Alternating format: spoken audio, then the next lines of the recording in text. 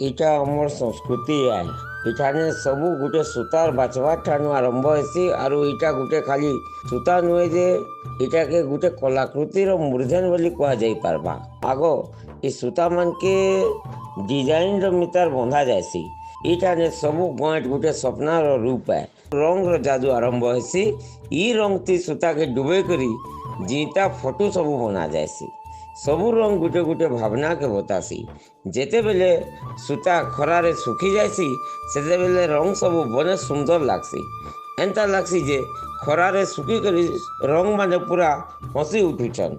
इटानु आमर कथानी धीरे धीरे आगे बढ़सी आरु चरखारे चाली करी गुटे सम्बलपुरी साड़ी हिसाब कला और संस्कृति संगम होकर गुटे पूरा कथानीटे लेखी हेला मितार दिसी जेनटा की कारीगर सपना के साकार करसे।